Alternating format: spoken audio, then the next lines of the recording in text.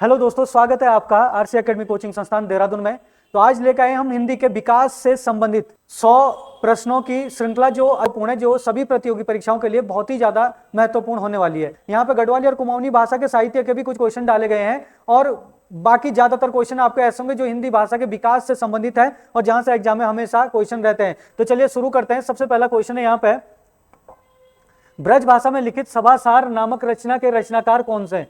तो रचना के रचनाकार कौन है? तो ब्रज भाषा में लिखित जो सभासार रचना उसके रचनाकार कौन है? सुदर्शन शाह है। और ये सुदर्शन शाह जो वही सुदर्शन शाह जो टिहरी के कौन थे? शासक थे। कौन थे ये? टिहरी के जो राजा थे, उन्हीं टिहरी के लिखते भी थे। तो इनकी रचना सभासार रचना, और इन्होंने ज्यादातर इन्होंने और भी बहुत सारी रचनाएं लिखी है गढ़वाली भाषा में, लेकिन ये सभासार रचना किस भाषा में लिखी है? ब्रज भाषा में लिखी। तो ये यहाँ पे बहुत महत्वपूर्ण चीज है। ठीक है, अगला क्वेश्चन है, रंच जुड़ियां मंच जुड़ी रंच जुड़ियां पंच जुड़ियां जुड़ी गए घिमसान जी। गढ़वाली रचना के कुछ विद्वान गढ़वाली भाषा की पहली रचना मानते हैं, मतलब इसको जो गढ़वाली भाषा की पहली रचना भी मानी जाती है, लेकिन इसका रचनाकार कौन है? तो ध्यान देना, इसके जो रचनाकार है वो है जयदेव बहुगुणा। जयदेव बहुगुणा की यह रचना है और बहुत ही महत्वपूर्ण रचना है भाई। क्वेश्चन नंबर 3 है, गढ़वाली भाषा का पहला नाटक कौन सा है? तो जो गढ़वाली भाषा का पहला नाटक है भाई ये जय विजय है। और ये जो जय विजय नाटक है ये 1911 ईस्वी में लिखा गया था। और ये जो नाटक लिखा गया था ये भवानी दत्त थपलियाल ने लिखा था। ये भक्त प्रहलाद नाटक जो 1913 में लिखा गया था ये भी भवानी दत्त थपलियाल ने लिखा था।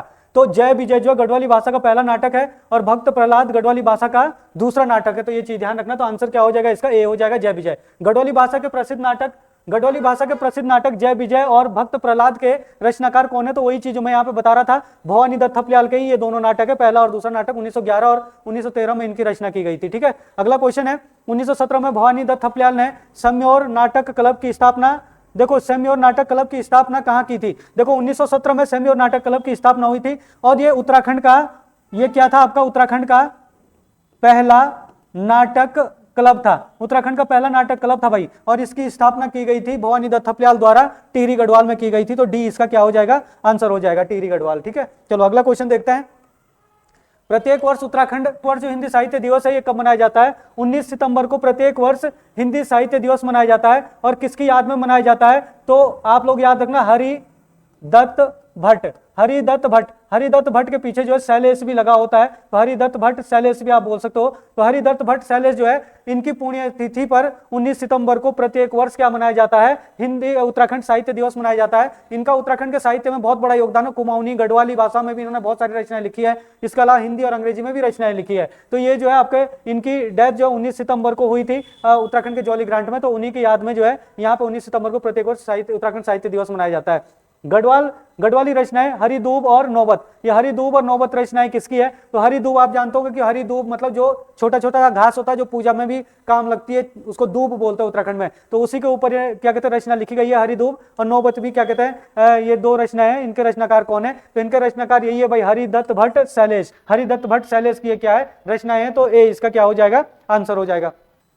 अगला क्वेश्चन है, गढ़वाली छंदमाला। देखो 3 रचनाएं लिखी गई यहाँ पे, गढ़वाली छंदमाला, गढ़ गीता और श्रीपुर लीला के रचनाकार कौन है? तो इन तीनों रचनाओं के रचनाकार है भाई लीलाधर कोटनाला। बहुत ही महत्वपूर्ण रचना है। तो लीलाधर कोटनाला की ये क्या है? तीनों रचनाएं हैं। अगला क्वेश्चन है यहाँ पे, हिमवंत नामक कविता संग्रह के रचनाकार कौन है? तो हिमवंत जो रचना है भाई ये भी एक मतलब रचना संग्रह है ना, मतलब कविताओं का एक संग्रह है। और ये रचना है भाई चंद्र कुंवर बड़तवाल के, उत्तराखंड के बहुत ही फेमस जो है साहित्यकार और कवि है। तो ये सारी की सारी कविताएं जो हिमवंत रचना है ये एक बहुत सारी रचनाओं का क्या है? एक संग्रह है। किसके? चंद्र कुंवर बड़तवाल की रचनाओं का। ठीक है, तो अगला क्वेश्चन है, गढ़वाली कवितावली और सदई के रचनाकार कौन है? तो 2 रचनाएं दी गई यहाँ पे, गढ़वाली कवितावली और दूसरी रचना है सदई। बड़ी महत्वपूर्ण रचना है। इसके रचनाकार है भाई, इन दोनों रचनाओं के रचनाकार है तारादत्त गैरोला। तो तारादत्त गैरोला की ये क्या है? दोनों रचनाएं हैं। अगला क्वेश्चन है यहाँ पे, देखो इनमें से कौन सी रचना गोविंद चातक की नहीं है? गोविंद चातक बहुत फेमस रचनाकार है, उत्तराखंड के गढ़वाली भाषा के रचनाकार। तो गढ़वाली लोक की रचना है। गढ़वाली एक सांस्कृतिक अध्ययन, ये भी गोविंद चातक की रचना है। गढ़वाली भाषा का व्याकरण, ये रचना जो भाई किसकी है? ये रचना है रजनी कुकरेती की। किसकी है? रजनी कुकरेती। ये रजनी कुकरेती की बहुत फेमस रचना है। कौन सी? गढ़वाली भाषा का व्याकरण। और इनमें से कोई नहीं है ना, तो आपका क्या हो जाएगा? आंसर डी सी हो जाएगा, क्योंकि सी गोविंद चातक की रचना नहीं है। यहाँ पे गोविंद चातक होगा। ठीक है, गोविंद चातक, ये गोविंद चातक है, गोविंद चातक की रचना नहीं है इनमें से ना। तो गढ़वाली लोकगीत भी है, गढ़वाली एक सांस्कृतिक अध्ययन भी है, गढ़वाली भाषा का व्याकरण गोविंद चातक की नहीं है, रजनी कुकरेती की क्या है? रचना है। इनमें से कौन सी रचना डॉक्टर उमादत्त शर्मा सतीश की है? तो डॉक्टर उमादत्त शर्मा सतीश की रचना है भाई, ये गढ़वाल, ये क्या कहते हैं, जौनसार की रचना, उस पर क्या कहते हैं, संस्कृति पर लिखी गई है। और बी इसका आंसर जाएगा a linguistic study of Jaunsari. A linguistic study of Jaunsari के रचनाकार कौन है, डॉक्टर उमादत्त शर्मा सतीश। ठीक है, तो ये भी बहुत महत्वपूर्ण रचना है भाई। अगला क्वेश्चन है यहाँ पे, विश्व हिंदी सम्मेलनों के लिए इनमें से कौन सा सही नहीं है। देखिए जरा, अब देखो यहाँ पे प्रथम विश्व हिंदी जो मतलब सम्मेलन हुआ है, वो पहला सम्मेलन कब हुआ था, 1975 को हुआ था, नागपुर में हुआ था, ये बिल्कुल सही है। द्वितीय विश्व हिंदी सम्मेलन 1976 में मॉरिशस में हुआ था, और 11वां विश्व हिंदी सम्मेलन 2018 में मॉरिशस में हुआ था, ये भी सही है। 12वां विश्व हिंदी सम्मेलन जो है 2024 में नहीं हुआ था, बल्कि कब हुआ था, 2023 में हुआ था, और कहां हुआ था, फिजी में हुआ था। तो ये फिजी वाला तो सही है, लेकिन 2024 की जगह 2023 होना चाहिए था, तो डी इनमें से क्या हो जाएगा, गलत हो जाएगा। और ध्यान देना कि अब तक हिंदी के जो टोटल सम्मेलन हुए हैं वो केवल 12 ही सम्मेलन हुए थे, और 12वां और अंतिम सम्मेलन अभी तक 2023 फिजी में हुआ था, और 13वां सम्मेलन की अभी कोई मतलब आधिकारिक जानकारी नहीं दी गई है। ठीक है ना, ये भी ध्यान रखना है कि जो भारत का विदेश मंत्रालय होता है, वो विदेश मंत्रालय ही क्या करता है, हिंदी विश्व हिंदी सम्मेलन का आयोजन करवाता है। कौन करवाता है, भारत का विदेश मंत्रालय। भारत का विदेश मंत्रालय जो विश्व हिंदी सम्मेलन का आयोजन करवाता है, और विदेश मंत्रालय के द्वारा अभी तक कोई घोषणा नहीं की गई है कि 13वां विश्व हिंदी सम्मेलन कब और कहां होगा, लेकिन उम्मीद है कि शायद इंडोनेशिया में 13वां विश्व हिंदी सम्मेलन जो है हो सकता है। ठीक है, चलो अगला क्वेश्चन है, कौन सा कथन सही है, इनमें से कौन सा कथन सही है भाई। देखो सही कथन को छांटना हमने। ठीक है, यहाँ पे पहला कथन देगा, जिस देश में विश्व हिंदी सम्मेलन होता है वह देश सम्मेलन का आयोजन करवाता है। ये बिल्कुल गलत है कि जिस देश में विश्व हिंदी सम्मेलन होता है वो देश उसका आयोजन नहीं करवाता है, बल्कि भारत सरकार करवाती है। कौन करवाती है, भारत सरकार। भारत सरकार हिंदी को बढ़ावा देने के लिए, हिंदी को बढ़ावा देने के लिए ये विश्व हिंदी सम्मेलन करवाती है। और भारत सरकार का कौन सा मंत्रालय करवाता है, तो विदेश मंत्रालय। ठीक है ना, विदेश मंत्रालय करवाता है। ठीक है, तो पहले वाला गलत हो गया।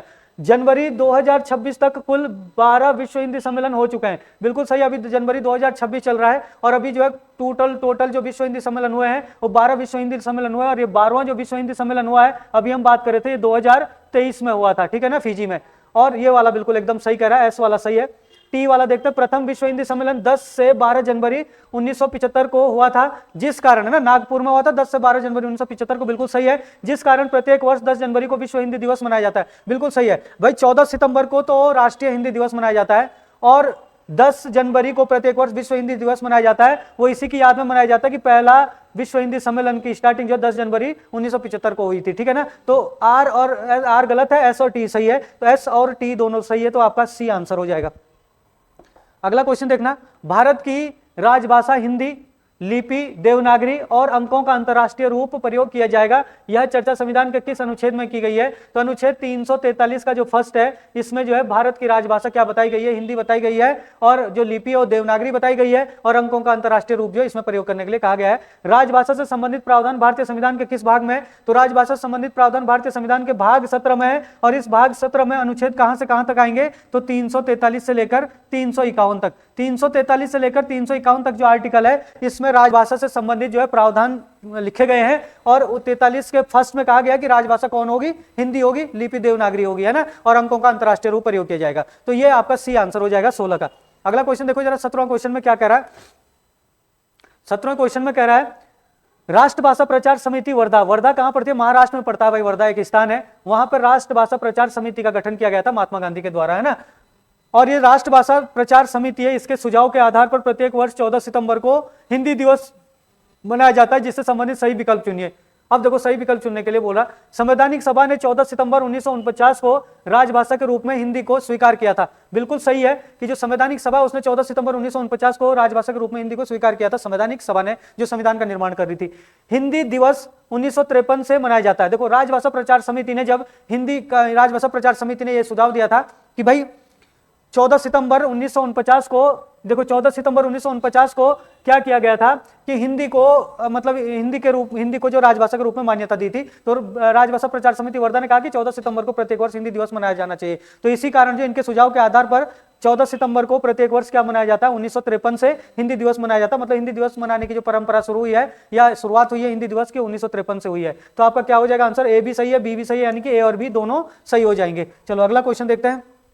इनमें से कौन सा एक सांकेतिक भाषा का उदाहरण नहीं है? सांकेतिक भाषा, गाड़ी का हॉर्न, जो गाड़ी का हॉर्न बजता है भाई, तो गाड़ी का हॉर्न क्या बजता है? एक मतलब हॉर्न आवाज तो आती है, तो इसका मतलब ये आप ये मत समझना कि मौखिक भाषा हो जाएगी। हॉर्न का मतलब है मौखिक भाषा तब कोई भाषा कहलाती है जब कोई हमें सार्थक ध्वनि ना मिल जाए, लेकिन हॉर्न जो केवल आवाज दे रहा है तो संकेत दे रहा है, तो हॉर्न, गाड़ी का हॉर्न सांकेतिक भाषा का उदाहरण है। सड़क पर लगे संकेतक, जैसे आपका ये सड़क है, सड़क पर यहाँ पे कोई ऐसे करके संकेत लगा, इसका एरो लगा इधर और यहाँ पे लिखा बाई चांस दिल्ली, तो आप ये मत लिखना कि दिल्ली लिखित भाषा का उदाहरण हो जाएगा, यहाँ पे नहीं, क्योंकि एरो लग रहा है, दिल्ली यहाँ पे नहीं है, ये केवल संकेत दे रहा है कि भाई कहीं यहाँ से जो एक रोड इधर को जा रही है, एक रोड इधर को जा रही है, तो ये संकेत दे रहा है कि दिल्ली जो है आपका इधर है ना, तो ये सांकेतिक भाषा का उदाहरण हो जाएगा। चिड़िया या पशु पक्षियों की ध्वनि, बहुत सारे लोग चिड़िया पशु पक्षियों की ध्वनि भी लिखित भाषा में लगाते, मौखिक भाषा में लगाते हैं, लेकिन ये सार्थक ध्वनि नहीं देते ना, सार्थक ध्वनि मतलब जिसका कोई मीनिंग हो, है ना, तो ये भी आपका किसमें आ जाएगा? सांकेतिक भाषा में आ जाएगा। तो उपरोक्त सभी सांकेतिक भाषा के क्या है? उदाहरण है, तो डी इसका क्या हो जाएगा? आंसर हो जाएगा। चलो अगला क्वेश्चन देखते हैं, भाषा का सही कौशल क्रम क्या है? तो भाषा का सही कौशल क्रम क्या होगा भाई? सही कौशल क्रम का मतलब है कि जो भाषा सीखी जाती है वो किस क्रम में सीखी जाती है। तो सबसे पहले जो है सुनना, बिल्कुल एकदम सही है कि सुनना पहले, सबसे पहले सुनना आ जाएगा, सुनने के बाद बोलना आ जाता है ना। जब भी कोई व्यक्ति भाषा सीखता है तो पहले सुनना सीखता है, फिर उसके बाद बोलना सीखता है, तो पहले सुनना आ जाएगा, फिर बोलना आ जाएगा, तो इसमें भी सुनना बोलना तीनों में। इसके बाद पढ़ना आ जाएगा भाई, है ना, क्या आ जाएगा? पढ़ना। और पढ़ने के बाद सबसे लास्ट में क्या आता है? लिखना आता है। बहुत सारे लोग ये सोचते होंगे कि लिखना पहले आना चाहिए था, पढ़ना बाद में आना चाहिए था, लेकिन नहीं, विद्वानों के अनुसार भाषा का सही कौशल क्रम यही होता है, सुनना, बोलना, पढ़ना, लिखना। तो बी और सी दोनों में ही सेम है, तो बी और सी दोनों ही इसके क्या हो जाएंगे? आंसर हो जाएंगे, सुनना, बोलना, पढ़ना और लिखना। लेकिन यहां पे देखना 20वें क्वेश्चन में मारिया मोंटेसरी है कि क्या कहते हैं, एक विद्वान है के अनुसार भाषा का सही कौशल क्रम क्या है? तो मारिया मोंटेसरी के अनुसार जो भाषा का सही कौशल क्रम होता है भाई, ये मारिया मोंटेसरी ने इसको बताया कि ये लिखना पहले होना चाहिए था, पढ़ना बाद में। तो क्या होना चाहिए था? सुनना, बोलना, फिर लिखना और फिर क्या आना चाहिए था? पढ़ना आना चाहिए था। तो आपका ये मारिया मोंटेसरी के अनुसार ही है। तो ये ग्रुप सी के पेपर में भी आया था क्वेश्चन कि भाषा का सही कौशल क्रम क्या होता है? तो भाषा का सही कौशल क्रम ये होता है सुनना, बोलना, पढ़ना और लिखना। लेकिन मारिया मोंटेसरी के अनुसार बोलेंगे तो मारिया मोंटेसरी ने भाषा का सही कौशल क्रम क्या बताया? तो सुनना, बोलना, लिखना और पढ़ना। इन्होंने लिखना पहले बताया और पढ़ना जो है बाद में बताया था, तो इनके अनुसार ये आंसर हो जाएगा। अगला क्वेश्चन है, हिंदी किस भाषा का शब्द है? तो हिंदी किस भाषा का शब्द है? अरबी, तुर्की, संस्कृत, फारसी। तो हिंदी किस भाषा का शब्द है? फारसी भाषा का शब्द है, क्योंकि बताया जाता है कि भारत में सबसे पहले जो है फारस के लोग आए थे, और फारस के लोग जब आए थे तो वो क्या बोलते थे कि जैसे मतलब 100 है, 100 को वो क्या बोलते थे? हौ बोलते थे, और धौ को ये क्या बोलते थे? दौ बोलते हैं। मतलब फारसी भाषा में 100 को हौ बोलते हैं और धौ को दौ बोलते हैं। तो ये जब आए भारतीय क्षेत्र में, तो आपको पता होगा कि ये वाला जो एरिया है भारत का, ये वाला है ना, भारत का अगर हम ये वाला इस एरिया की बात करें तो यहाँ से सिंधु नदी बहती है, तो ये सिंध क्षेत्र था भारत का। तो सिंधु से जो है क्या हो गया होगा, जैसे आपका सिंधु था, तो सिंधु को उन्होंने क्या बोल दिया? ही बोल दिया, सी को ही बोल दिया, आधा नो है, और धौ को दौ बोल दिया, तो सिंधु से हिंदू हो गया, और हिंदू से क्या हुआ? हिंदू हुआ, और हिंद से ही क्या हुआ है? हिंदी हुआ। तो हिंदी किस भाषा का शब्द हो जाएगा? फारसी भाषा का। अगला क्वेश्चन, इनमें से कौन सी सभी भाषाएं भारतीय भाषा परिवार से संबंधित है?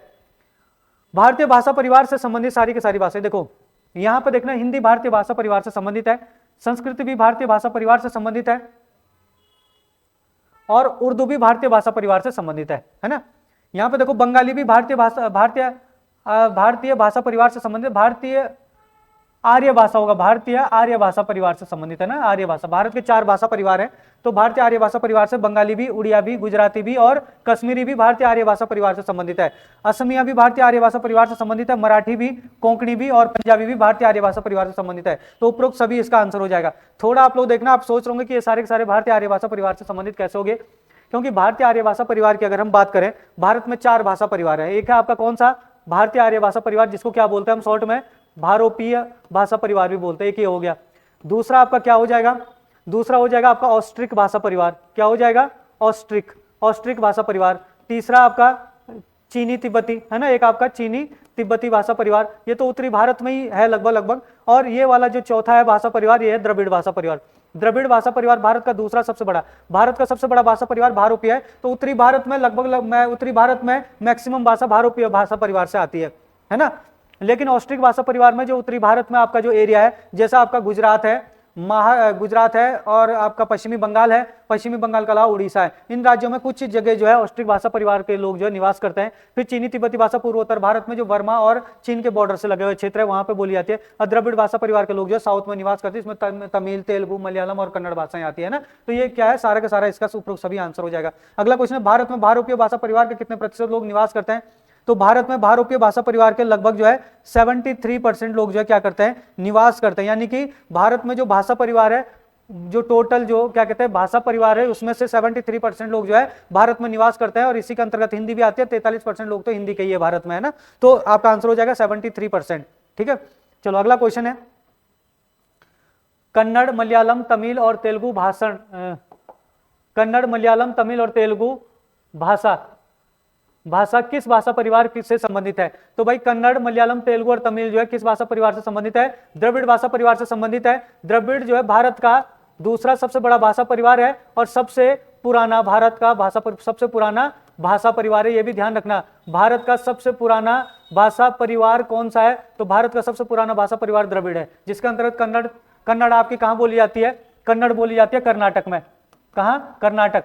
मलयालम बोली जाती है केरल में, मलयालम केरल में बोली जाती है। तमिल बोली जाती है तमिलनाडु में, और तेलुगु बोली जाती है आंध्र प्रदेश। कहाँ पे? आंध्र प्रदेश और तेलंगाना में, आंध्र प्रदेश और तेलंगाना में बोली जाती है।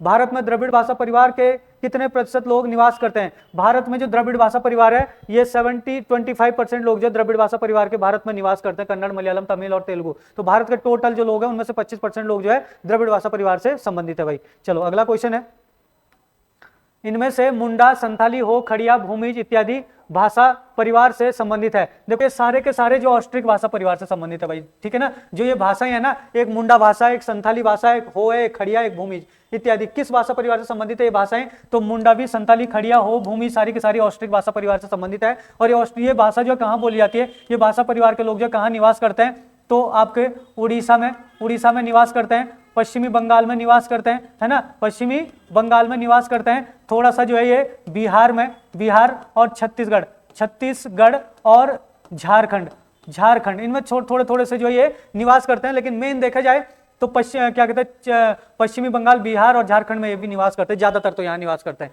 चलो अगला क्वेश्चन है, वर्मी भाषा परिवार, वर्मी भाषा किस भाषा परिवार से संबंधित है? तो वर्मी जो है, वर्मी और वर्मी के साथ जो है चीनी, ये दो भाषाएं जो है चीनी तिब्बती भाषा परिवार से संबंधित है। और ये कहाँ निवास करते हैं? ये निवास करते हैं भाई पूर्वोत्तर भारत में। पूर्वोत्तर भारत मतलब जो भारत का कौन सा एरिया? असम हो गया, नागालैंड हो गया, अरुणाचल प्रदेश हो गया, आपका जो है त्रिपुरा हो गया, ये सारे के जो मतलब आपके वर्मा से और चीन से लगे हुए, जो भारत का आपका पूर्वोत्तर भारत का जो ये वाला एरिया है, थोड़ा सा मैं मैप में आपको दिखा देता हूँ। ये आपका इस तरीके से जो ये वाला, ये वर्मा है, वर्मा को पहले पुराना नाम वर्मा है और अब इसको क्या कहा जाता है? म्यांमार कहा जाता है। तो इस सीमा क्षेत्र में जो इधर रहते हैं लोग, वो क्या कहते हैं? ज्यादातर किस भाषा परिवार के? असम को छोड़कर, है ना, असमिया को छोड़कर सारे चीनी तिब्बती भाषा परिवार के लोग हैं ना।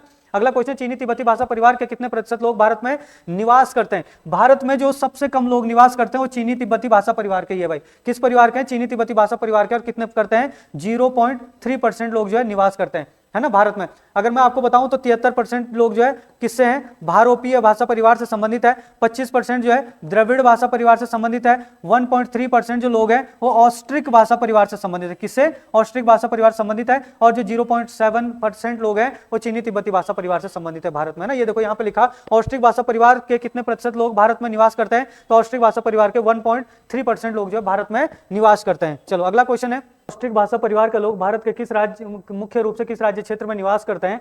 तो ऑस्ट्रिक भाषा परिवार के जो लोग हैं भाई वो उड़ीसा और पश्चिमी बंगाल में मुख्य रूप से क्या करते हैं? निवास करते हैं। ठीक है, चलो अगला क्वेश्चन है, भारत के भाषा परिवारों का जनसंख्या के आधार पर सही अवरोही क्रम लगाइए। भारत के भाषा परिवारों का जनसंख्या के आधार पर सही अवरोही क्रम लगाना है। तो यहाँ पे आप लोग देखना कि जनसंख्या के आधार पर जो सबसे बड़ा भाषा परिवार है वो कौन है? भारोपीय भाषा परिवार है। तो चलो भारोपीय भाषा परिवार सबसे बड़ा है, 73% लोग जो है इसके निवास करते हैं भारत में। द्रविड़ भाषा परिवार है, इसके जो है भारत में निवास करते हैं 25% लोग, है ना। फिर इससे छोटा आपका ऑस्ट्रिक भाषा परिवार है, इसके भारत में 1.3% लोग निवास करते हैं। और फिर चीनी तिब्बती भाषा परिवार आ जाएगा, इसका 0.7% लोग भारत में निवास करते हैं। तो सी क्या हो जाएगा? इसका आंसर हो जाएगा। चलो अगला क्वेश्चन देखते हैं, जॉर्ज ग्रियर्सन ने पहाड़ी हिंदी को कितने वर्गों में वर्गीकृत किया है? तो जो जॉर्ज ग्रियर्सन है भाई, इन्होंने पहाड़ी हिंदी को 3 वर्गों में वर्गीकृत किया गया है। इनमें से कौन कौन सी? देखो आपकी, जैसे आपकी क्या है? पूर्वी पहाड़ी। तो पूर्वी पहाड़ी को जॉर्ज ग्रियर्सन ने पूर्वी पहाड़ी में क्या है, किसको रखा है? तो नेपाली या गोरख्याली को रखा है, नेपाली और गोरख्याली को रखा है। दूसरा इन्होंने किसमें? मध्यवर्ती पहाड़ी के अंतर्गत इन्होंने किसको रखा है? गढ़वाली और कुमाऊनी को रखा है। गढ़वाली और कुमाऊनी में भी अगर हम बात करें तो टोटल इन्होंने 21 बोलियों को रखा है, जिसमें से गढ़वाली की 8 बोलियां रखी है और कुमाऊनी की कितनी बोलियों को शामिल किया है, 13 बोलियों को शामिल किया है। और इसके अलावा इन्होंने क्या रखा है, पश्चिमी हिंदी। पश्चिमी हिंदी तीसरी इसने इन्होंने जो है पश्चिमी हिंदी बताई है। और पश्चिमी हिंदी के अंतर्गत क्या बताई इन्होंने, जौनसारी और हिमाचली, जौनसारी और हिमाचली को जो इन्होंने इसके अंतर्गत रखा है। ठीक है, तो 3 आंसर हो जाएगा। अगला क्वेश्चन, इनमें से कौन सा विकल्प सही नहीं है, कौन सा सही नहीं है, पहाड़ी हिंदी। पहाड़ी हिंदी के पूर्वी पहाड़ी के अंतर्गत नेपाली और गोरखियाली, ये बिल्कुल एकदम सही है। मध्यवर्ती पहाड़ी के अंतर्गत कुमाऊनी, गढ़वाली और जौनसारी, ये गलत है भाई। मध्यवर्ती पहाड़ी के अंतर्गत जो है जौनसारी को नहीं रखा गया है, यही चीज मैंने अभी यहाँ पे बताई है, पश्चिमी पहाड़ी में रखा गया है जौनसारी को। और पश्चिमी पहाड़ी के अंतर्गत हिमाचली को रखा गया है, तो ये सही है, पश्चिमी पहाड़ी के अंतर्गत हिमाचली को रखा गया है। लेकिन जौनसारी को जो है पश्चिमी पहाड़ी में रखना चाहिए था, मध्यवर्ती पहाड़ी में नहीं रखना चाहिए था। तो जो सही नहीं है वो बी वाला है। ठीक है, अगला क्वेश्चन है, इनमें से किस विद्वान के अनुसार कुमाऊनी बोली का विकास सौर सैनी अपभ्रंश से हुआ है ना। तो कुमाऊनी बोली का विकास सौर सैनी अपभ्रंश से हुआ है, किस विद्वान के अनुसार, देवी दत्त पांडे, नारायण दत्त पालीवाल, इन दोनों के अनुसार है। नारायण दत्त पालीवाल और उदय नारायण तिवारी, ये भी दोनों सही है। उदय नारायण तिवारी और धीरेन्द्र शर्मा, देखो देवी दत्त पांडे, नारायण दत्त पालीवाल, उदय नारायण तिवारी और धीरेन्द्र शर्मा, चारों के नाम जो आगे पीछे करके लिखे, इन चारों ने ही क्या बताया है कि कुमाऊनी बोली का विकास सौर सैनी अपभ्रंश से हुआ है। तो डी इसका क्या है आंसर, उपरोक्त सभी सही है।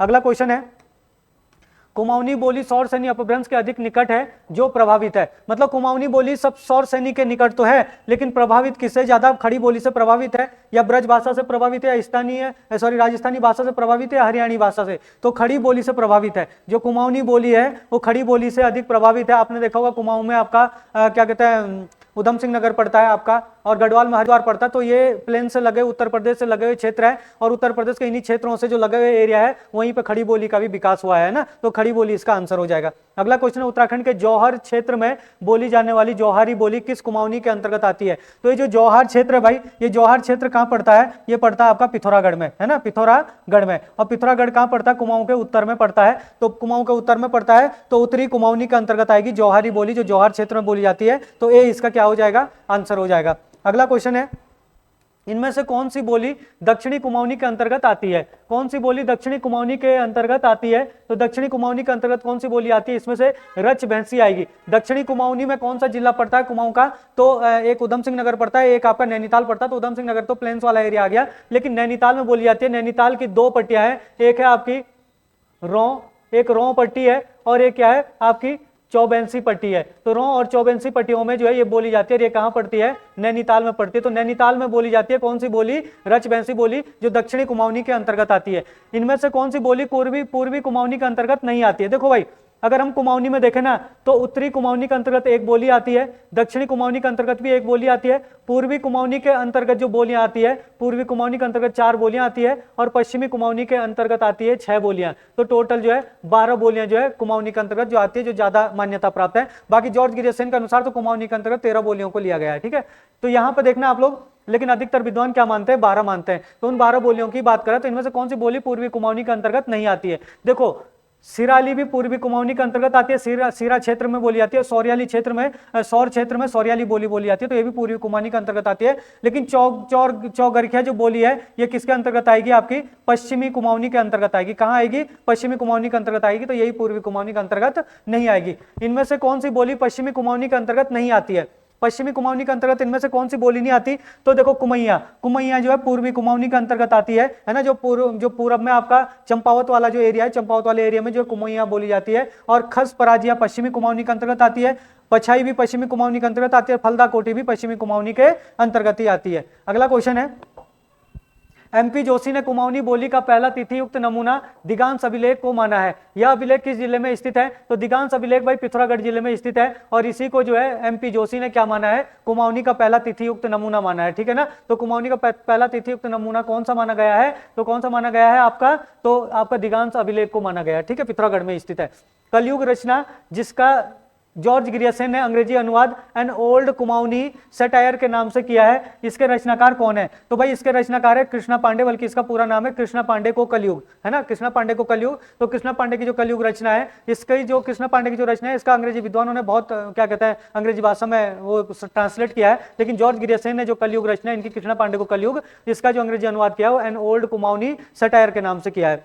कृष्णा पांडे की रचनाओं का संकलन किसने किया था? तो भाई जो सबसे ज्यादा कृष्णा पांडे की रचनाओं का संकलन किया है वो किसने किया है? गंगादत्त उपेती ने किया है ना। जैसे हमारे पास क्या होता है, संत कबीर थे तो कबीर की बाणी, कबीर के जो श्लोक थे वो सारे के सारे फैले हुए थे इधर उधर थे, तो उनका भी संकलन किया गया बीजक नाम से, है ना। ऐसे इनका संकलन भी कृष्णा पांडे की रचनाओं का, अधिकतर रचनाओं का संकलन गंगादत्त उपेती ने किया। तो इसका क्या हो जाएगा? आंसर हो जाएगा। अगला क्वेश्चन है, गुमानी पंथ किसके दरबारी कवि थे? तो जो ये गुमानी पंथ है ये किसके दरबारी कवि थे? ए में लिखा काशीपुर के राजा गुमान सिंह। काशीपुर के राजा जो गुमान सिंह थे इनके दरबारी कवि थे। दूसरे टिहरी के राजा सुदर्शन शाह, तो सुदर्शन शाह के भी ये दरबारी कवि थे। काशीपुर के राजा ये गुमान सिंह के दरबार में भी रहे हैं कौन? गुमानी पंथ, और सुदर्शन शाह के भी दरबार में रहे हैं गुमानी पंथ। तो क्या हो जाएगा इसका आंसर? ए और बी दोनों इसका आंसर हो जाएगा। अगला क्वेश्चन है, इनमें से किसे लोकरत्न के नाम से जाना जाता है? तो लोकरत्न के नाम से किसे जाना जाता है? तो गुमान सिंह, गुमान पंथ को किस नाम से जाना जाता है? लोकरत्न के नाम से जाना जाता है। तो किसे जाना जाता है लोकरत्न के नाम से? गुमान पंथ को, गुमानी पंथ को जाना जाता है। इनमें से कौन सी गिरीश तिवारी की रचनाएं हैं? तो गिरीश तिवारी की रचनाएं देखो, नगाड़े खामोश है, वेरी वेरी रचना है, वेरी वेरी इंपॉर्टेंट रचना है। धनुष यज्ञ, ये भी वेरी वेरी इंपॉर्टेंट रचना है, गिरीश तिवारी की, दोनों के दोनों ही। अंधा युग भी गिरीश तिवारी की रचना है, अंधेर नगरी भी गिरीश तिवारी की रचना है, शिखर के स्वर भी गिरीश तिवारी की रचना, और भारत दूरदर्शन भी गिरीश तिवारी की रचना, सारी के सारी वेरी वेरी इंपॉर्टेंट रचना। तो उपरोक्त सभी इसका क्या हो जाएगा? आंसर हो जाएगा। अगला है रजौली और उत्तराखंड के लोक वाद्य। देखो एक रजौली रचना है, राजौली होता कहीं कहीं पे लिखा, और एक रचना उत्तराखंड के लोक वाद्य, है ना, लोक वाद्य यंत्र, ये किसकी रचनाएं हैं? तो ये दोनों के दोनों ही रचनाएं हैं जो भाई जुगल किशोर पेटसाली की है। किसकी है? जुगल किशोर पेटसाली की है, बहुत फेमस रचना है ये, है ना।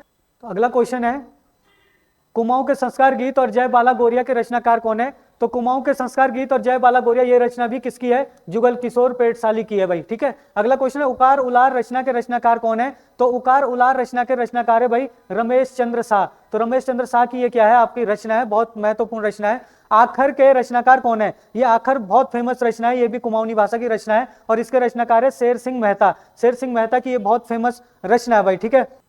कुमाऊनी रचनाएं और उनसे संबंधित रचनाकारों के लिए सही मिलान कीजिए। देखिए भाई, सबसे पहले जो है यहाँ पे दिया हुआ है चेली का विनय। जो ये चेली का विनय रचना है, ये रचना है भाई रामदत्त पंत की। ये रचना किसकी है? रामदत्त पंत की है। तो पहले का आपका चौथा हो जाएगा, है ना। दूसरा देखो मेघदूत का कुमाऊनी अनुवाद। तो मेघदूत का जो कुमाऊनी अनुवाद किया था, ये कुमाऊनी अनुवाद किया था मेघदूत का लीलाधर जोशी ने किया था, है ना। फिर इसके बाद 10 कुमार चरित्र, देखो 10 कुमारों का वर्णन किया गया था ना। मेघदूत किसकी रचना है? कालिदास की रचना है वैसे, है ना। और इसका कुमाऊनी अनुवाद किसने किया था? लीलाधर जोशी ने किया था। ऐसे 10 कुमार चरित्र है ना। कबीर दांडी की ये रचना है, और 10 कुमारों का यात्रा और उनके पराक्रम की कहानी जो इसमें दर्शाई गई है, संस्कृत में लिखी गई है। इस 10 कुमार चरित्र का जो रचनाकार है मेघदूत की रचना भी संस्कृत में ही है, और इस 10 कुमार चरित्र की रचना भी दंडी ने किसमें की है? संस्कृत में की है। और इसके जो कुमाऊनी अनुवाद किया था वो किया था ज्वालादत्त जोशी ने किया था, है ना।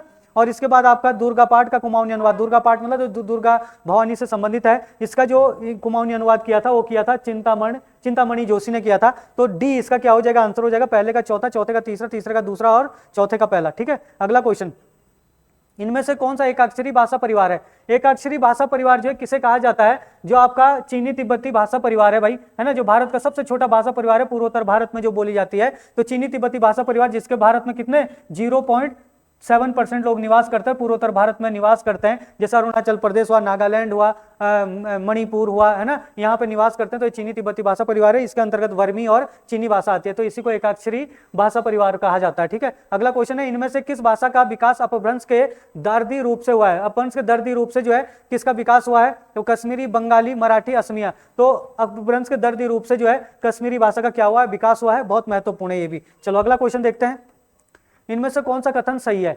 कौन सा कथन इनमें से सही है? तो देखिए, मध्यकालीन आर्य भाषा का विकास 500 ईसा पूर्व से 1000 ईस्वी तक माना जाता है। तो मध्यकालीन आर्य भाषा का जो विकास हुआ है वो 500 ईसा पूर्व से 500 ईस्वी तक माना जाता है। इसके अंतर्गत आपकी कौन कौन सी आएगी? इसके अंतर्गत आपकी आएगी पाली, प्राकृत और अपभ्रंश। पाली, प्राकृत और अपभ्रंश आती है। तो इनका विकास जो है 500 ईसा पूर्व से 1000 ईस्वी तक आया है, और यही आर्य भाषा के मध्य युग में विकसित हुई भाषाएं हैं, ठीक है ना। तो ये बिल्कुल एकदम सही है। उपनिषदों की रचना वैदिक संस्कृत में हुई है, ये भी एकदम क्या है? सही है कि उपनिषदों की रचना भी किसमें हुई है? वैदिक संस्कृत में हुई है। तो वैदिक संस्कृत में क्या हो जाएगा आंसर? आर और एस दोनों के दोनों ही क्या है? इसमें सही है भाई, ठीक है। तो ये बिल्कुल एकदम सही है। अगला क्वेश्चन है, कौन सा कथन सही है? अगला क्वेश्चन देखो जरा, कौन सा सही है इनमें से? इंडिया या इंडियन या इंडिया यूनानी भाषा का शब्द है। इंडिया यूनानी भाषा का शब्द है। ये बिल्कुल एकदम सही है। जो इंडिया है यूनानी भाषा के, जैसे यूनान के लोग भारत में आए थे तो इसमें अलेक्जेंडर आए थे, है ना। अलेक्जेंडर ने ही क्या किया था कि जो आपका हिंदू है, हिंदू का एच हटा दिया था, तो इसका क्या हो गया था, हिंदू हो गया था, और हिंदू से ही क्या हो गया था, ये बाद में इंडिया हो गया था। तो यूनानी भाषा का ये शब्द है इंडिया, ये बिल्कुल सही है। हिंदुस्तान फारसी भाषा का शब्द है, तो भाई हिंदुस्तान फारसी भाषा का शब्द है या नहीं है, तो आप लोग देखना हिंदुस्तान किससे आया है, सिंध से आया है ना। सिंध से क्या आया है, हिंद से आया है, और हिंद से ही क्या आया, हिंदी आया, और हिंद से ही क्या आया है, हिंदुस्तान आया। तो हिंदुस्तान फारसी भाषा का शब्द है। टी, संविधान के अनुच्छेद 1 में भारत और हिंदुस्तान दोनों शब्दों को स्पष्ट किया है। तो संविधान के अनुच्छेद 1 में भारत और हिंदुस्तान दोनों को क्या कहते हैं, संबोधित नहीं किया गया है, स्पष्ट नहीं किया गया है, बल्कि भारत अर्थात इंडिया को क्या किया गया है, संबोधित किया गया है। भारत या इंडिया लिखा गया है, हिंदुस्तान नहीं लिखा गया, तो टी गलत हो जाएगा। तो क्या हो जाएगा, आर और एस जो है सही हो जाएंगे, और आपका टी क्या हो जाएगा, इसमें गलत हो जाएगा, ठीक है ना।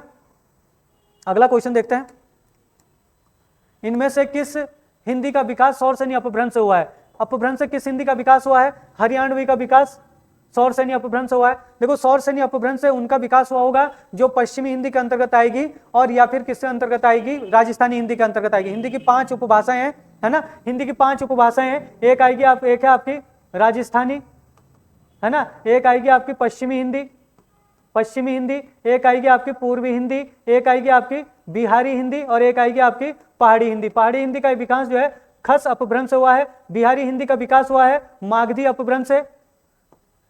पूर्वी हिंदी का विकास हुआ है अर्ध मागधी अपभ्रंश से। पश्चिमी हिंदी का विकास हुआ है सौर सैनी से, सौर सैनी अपभ्रंश से। और राजस्थानी का विकास भी किससे हुआ है, सौर सैनी अपभ्रंश से। इन दोनों का विकास हुआ सौर सैनी अपभ्रंश से। तो हरियाणवी पश्चिमी हिंदी के अंतर्गत आती है, तो ये सौर सैनी अपभ्रंश से विकसित हुई है। अवधी जो है आपकी पूर्वी हिंदी के अंतर्गत आई है, तो ये जो है क्या कहते हैं, सौर सैनी से नहीं हुई बल्कि अर्ध मागधी अपभ्रंश से विकसित हुई है। खड़ी बोली पश्चिमी हिंदी के अंतर्गत आती है, तो ये आपकी सौर सैनी अपभ्रंश से विकसित है। मैथिली आपकी हरियाणवी बिहारी के अंतर्गत आती है, तो इसका विकास मागधी अपभ्रंश से हुआ है, तो ये सौर सैनी अपभ्रंश से नहीं आएगा। ब्रज भाषा पश्चिमी हिंदी के अंतर्गत आती है, तो इसका विकास सौर सैनी अपभ्रंश से हुआ है। बुंदेली भी पश्चिमी हिंदी के अंतर्गत आती है, इसका विकास भी सौर सैनी अपभ्रंश से आएगा। और सातवीं कन्नौजी भी पश्चिमी हिंदी के अंतर्गत आती है, तो इसका विकास सौर सैनी अपभ्रंश से हुआ है। तो क्या हो जाएगा, 1 3 5 6 7, तो 1 3 5 6 7, तो सी आपका क्या हो जाएगा, आंसर हो जाएगा। अगला क्वेश्चन है, केंद्र शासित प्रदेशों को छोड़कर कितने ऐसे राज्य हैं जो हिंदी भाषी क्षेत्र के अंतर्गत आते हैं। तो केंद्र शासित प्रदेश के छोड़कर जो है 9 राज्य ऐसे होते हैं जो हिंदी भाषी क्षेत्र के अंतर्गत आते हैं। देखो जरा कौन कौन से आते हैं। अगर हम देखें यहाँ पे, तो हिमाचल प्रदेश हो गया 1, उत्तराखंड हो गया आपका 2, उत्तराखंड के अलावा अगर थोड़ा नीचे आओगे तो आपका यूपी हो गया 3, यूपी के इधर आओगे आप लोग तो हरियाणा हो जाएगा 4, हरियाणा के बाद आप नीचे आओगे तो राजस्थान हो जाएगा, राजस्थान के इधर आओगे तो मध्य प्रदेश हो जाएगा, मध्य प्रदेश के बाद जो आपका छत्तीसगढ़ हो जाएगा, झारखंड हो जाएगा और बिहार हो जाएगा। तो अगर आप इनको देखोगे तो 1 2 3 4 5 6 7 8 9 राज्य आते हैं। इसके अलावा केंद्र शासित प्रदेश से एक आएगा जो कौन है आपका दिल्ली, तो इसके अलावा एक क्या हो जाएगा, दिल्ली हो जाएगा। तो दिल्ली को छोड़कर आपके 9 राज्य हैं जो हिंदी भाषी क्षेत्र के अंतर्गत आते हैं मुख्य रूप से, ठीक है। तो क्वेश्चन है सही मिलान कीजिए, तो यहाँ पे सही मिलान करना है, सही मिलान करना है। इधर खड़ी बोली के नाम दिए गए, खड़ी बोली को जनपदीय, हिंदुस्तानी, मर्दानी बोली, कर्कश और टकसाली नामों से जाना जाता है। और इधर दिया गया कि किसने खड़ी बोली को क्या नाम दिया है। तो खड़ी बोली को जनपदीय हिंदुस्तानी जो है किसने कहा है, तो सुनीत कुमार चटर्जी ने कहा है। खड़ी बोली को मर्दानी बोली किसने कहा है, तो मर्दानी बोली जो भारत चंद्र हरिश्चंद्र ने कहा है। खड़ी बोली को कर्कश कामता प्रसाद मुखर्जी ने कहा है, और टकसाली खड़ी बोली को गिलक्राइस्ट ने कहा है। तो आपका आंसर हो जाएगा पहले का दूसरा, दूसरे का पहला, तीसरे का चौथा, चौथे का तीसरा, तो बी आपका आंसर हो जाएगा। अगला क्वेश्चन है, इनमें से कौन सा विकल्प सही है। देखिए जरा कौन सा विकल्प इनमें से सही है। जॉर्ज ग्रियर्सन ने निमाड़ी को पश्चिमी हिंदी की बोली बताया है। तो जॉर्ज ग्रियर्सन ने निमाड़ी को पश्चिमी हिंदी की बोली नहीं बताया, जॉर्ज ग्रियर्सन ने निमाड़ी को किसकी बोली बताया है, राजस्थानी की हिंदी की बताई है, राजस्थानी हिंदी बताया। तो ये ए वाला तो आपका गलत हो जाएगा। भोलेनाथ तिवारी ने निमाड़ी को राजस्थानी हिंदी की बोली बताया, बल्कि भोलेनाथ तिवारी ने इसको जो है क्या बताया है, पश्चिमी हिंदी की बोली बताया। क्या बताया है, पश्चिमी हिंदी की बोली बताया भोलेनाथ तिवारी ने। तो ये भी क्या हो गया, गलत। निमाड़ी बोली मध्य प्रदेश के निमाड़ प्रदेश में बोली जाती है, तो ये बिल्कुल सही, निमाड़ी बोली मध्य प्रदेश के निमाड़ क्षेत्र में बोली जाती है। अगला क्वेश्चन है, कुमाऊनी भाषा के शब्दों का सही मिलान कीजिए। दर्जी, दर्जी को कुमाऊनी भाषा में क्या कहा जाता है, ओजी कहा जाता है। बातचीत करना, कुमाऊनी भाषा में बातचीत करने को क्या कहा जाता है, क्वीड कहा जाता है। गौशाला को कुमाऊनी भाषा में खर्क कहा जाता है। और दुष्ट स्त्री या पुरुष, जो दुष्ट स्त्री हो या दुष्ट पुरुष हो, उसे कुमाऊनी भाषा में खबीस कहा जाता है। तो आंसर क्या हो जाएगा, पहले का चौथा, दूसरे का तीसरा, तीसरे का दूसरा और चौथे का पहला हो जाएगा, तो सी इसका आंसर हो जाएगा। चलो अगला क्वेश्चन देखते हैं, इनमें से कौन सी भाषा भारतीय भाषा परिवार से संबंधित है? भारतीय भाषा परिवार से, देखो अगर हम कन्नड़ को देखो तो कन्नड़ किस भाषा परिवार से है? तो द्रविड़ भाषा परिवार से संबंधित है। मुंडा को देखें तो मुंडा जो है ऑस्ट्रिक भाषा परिवार से संबंधित है। किस भाषा परिवार से? ऑस्ट्रिक भाषा परिवार से। असमिया देखो तो असमिया जो है आपका भारतीय भाषा परिवार से है, तो ए इसका क्या हो जाएगा? आंसर हो जाएगा। बौद्ध धर्म का पवित्र ग्रंथ त्रिपिटक की रचना किस भाषा में हुई है? तो जो त्रिपिटक की रचना हुई है भाई, ये पाली भाषा में हुई है, और पाली भाषा के जो अधिकतर रचनाकार थे वो बौद्ध धर्म से क्या थे? संबंधित थे। ठीक है, तो पाली भाषा से ही क्या हुई है? पाली भाषा में त्रिपिटक की रचना हुई है। और त्रिपिटक को भी 3 भागों में बांटा जाता है। एक है आपका सूत पिटक, सूत पिटक, दूसरा है विनय पिटक, और तीसरा है अभिधम पिटक, है ना। तो ये 3 भागों में बांटा जाता है। तो ये बौद्ध धर्म का पवित्र ग्रंथ है जिसकी रचना पाली भाषा में हुई है। अगला क्वेश्चन, जौनसारी और बाबर के बीच की जौनसारी उपबोली को क्या कहा जाता है? तो जौनसारी और बाबर के बीच की जो उपबोली है उसे किस नाम से जाना जाता है? तो उसे जाना जाता है कंडवाणी बोली के नाम से जाना जाता है। चलो अगला क्वेश्चन है, कौन सा कथन सही है? कौन सा कथन सही है? इनमें से भारत में भाषा सर्वेक्षण पुस्तक में जॉर्ज ग्रियर्सन ने उत्तराखंड की 21 बोलियों का विवरण दिया है। बिल्कुल एकदम सही है, 21 बोलियों का विवरण दिया है जॉर्ज ग्रियर्सन ने अपनी पुस्तक भारत में भाषा सर्वेक्षण पुस्तक में, है ना। भारत की 179 भाषाएं और 544 बोलियों में से 13 कुमाऊनी और 8 गढ़वाली बोलियों का विवरण मिलता है। तो ये भी सही है। आर और एस दोनों के दोनों ही जो है सही है। आर सही है, आर और एस दोनों सही है, और आर एस की सही व्याख्या करता है। देखो यहां पे क्या कह रहा है, आर और एस दोनों सही है, और आर एस की सही व्याख्या करता है। आर एस की सही व्याख्या करता है। दूसरे में कह रहा है आर और एस दोनों सही है, और एस आर की सही व्याख्या करता है। जो एस है वो आर की व्याख्या कर रहा है भाई, तो डी इसका क्या हो जाएगा? आंसर हो जाएगा। चलो अगला क्वेश्चन है, सही मिलान कीजिए। देखो कौन सी भाषा किसके अंतर्गत आती है? यहां पर देखना, उत्तरी कुमाऊनी, उत्तरी कुमाऊनी के अंतर्गत कौन सी आ जाएगी? जौहरी आ जाएगी भाई, जौहरी उत्तरी कुमाऊनी के अंतर्गत आ जाएगी।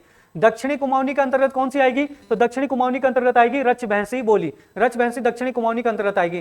पूर्वी कुमाऊनी के अंतर्गत खस पराजिया बोली पूर्वी कुमाऊनी के अंतर्गत आएगी, और पश्चिमी कुमाऊनी के अंतर्गत आएगी अस्कोटी, सॉरी पूर्वी कुमाऊनी के अंतर्गत, ये थोड़ा सा गलत हो गया यहाँ पे। उत्तरी कुमाऊनी के अंतर्गत कौन सी आएगी? उत्तरी कुमाऊनी के अंतर्गत जौहरी आएगी। दक्षिणी कुमाऊनी के अंतर्गत आएगी आपकी रचभैंसी, पूर्वी कुमाऊनी के अंतर्गत आएगी अस्कोटी, और पश्चिमी कुमाऊनी के अंतर्गत आएगी खस पराजिया। ठीक है ना, तो ये आपका जो है आंसर हो जाएगा। पहले का दूसरा, दूसरे का तीसरा, तीसरे का चौथा, चौथे का पहला, तो बी इसका क्या हो जाएगा? आंसर हो जाएगा।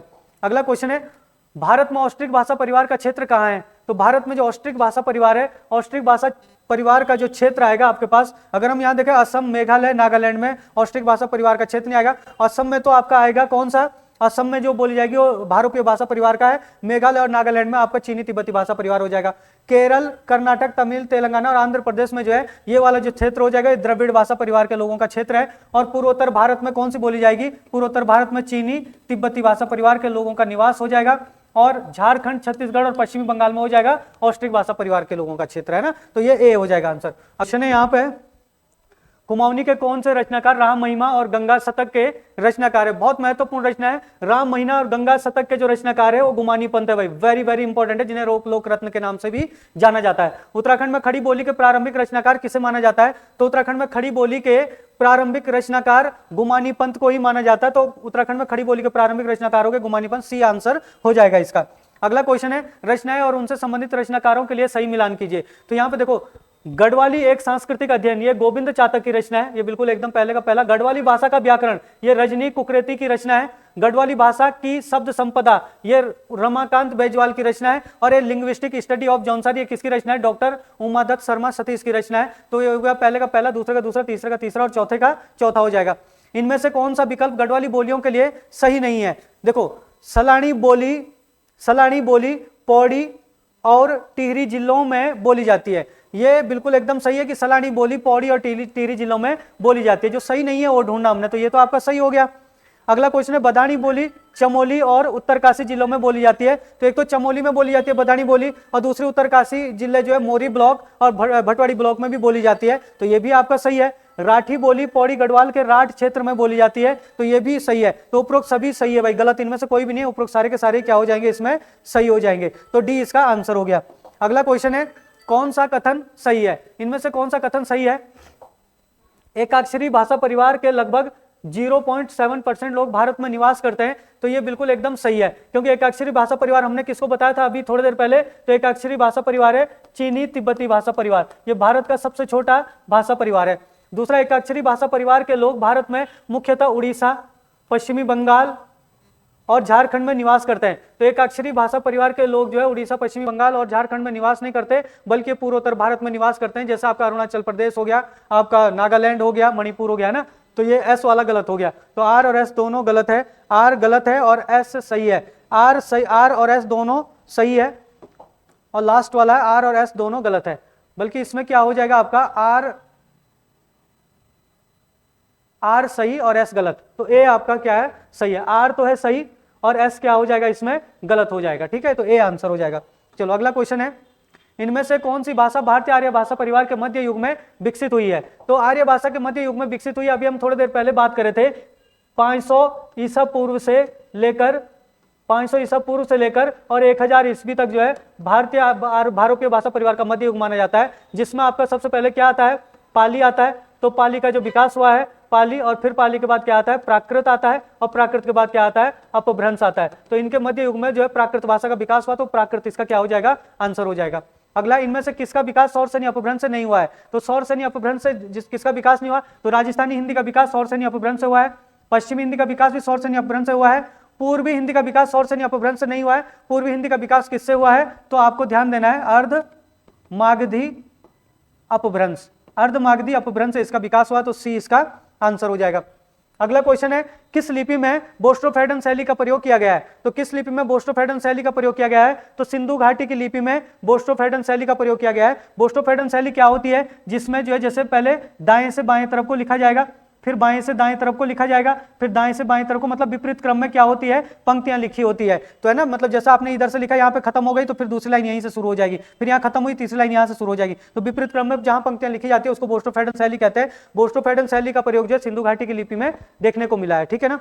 चलो अगला, अगर हम इनकी बात करें तो खरोष्टी लिपि में क्या लिखा जाता है, दाएं से बाएं तरफ को, मतलब उल्टा लिखा जाता है, इधर से दाएं से बाएं तरफ लिखा जाता है, और ब्राह्मी लिपि में बाएं से दाएं तरफ को लिखा जाता है, देवनागरी लिपि में भी, तो क्योंकि देवनागरी लिपि का विकास ब्राह्मी लिपि से ही हुआ है, ठीक है। चलो अगला क्वेश्चन है, दिए गए अष्टछाप के 8 कवियों में से कौन से वल्लभाचार्य के शिष्य हैं? तो कौन से इनमें से वल्लभाचार्य के शिष्य हैं? देखो भाई, सूरदास वल्लभाचार्य के शिष्य है ना, और जो गोविंद स्वामी है ये वल्लभाचार्य के जो पुत्र थे विठलनाथ, उनके शिष्य। क्योंकि आपको देखना अष्टछाप की जो स्थापना की है वो वल्लभाचार्य और उनके पुत्र जो है किसने की थी, विठलनाथ ने की थी। विठलनाथ और वल्लभाचार्य ने अष्टछाप की रचना की थी, और वल्लभाचार्य के ही पुत्र थे विठलनाथ। तो इसमें अष्टछाप में 8 कवि जो है वल्लभाचार्य के थे, और 8 कवि किसके थे, विठलनाथ के थे। और सारे के सारे जो कवि थे 1565 में स्थापित हुआ था, और सारे के सारे कवि जो है कृष्ण भक्ति धारा से संबंधित थे। तो सूरदास जो है क्या कहते हैं, वल्लभाचार्य के शिष्य थे। गोविंद स्वामी विठलनाथ के शिष्य थे।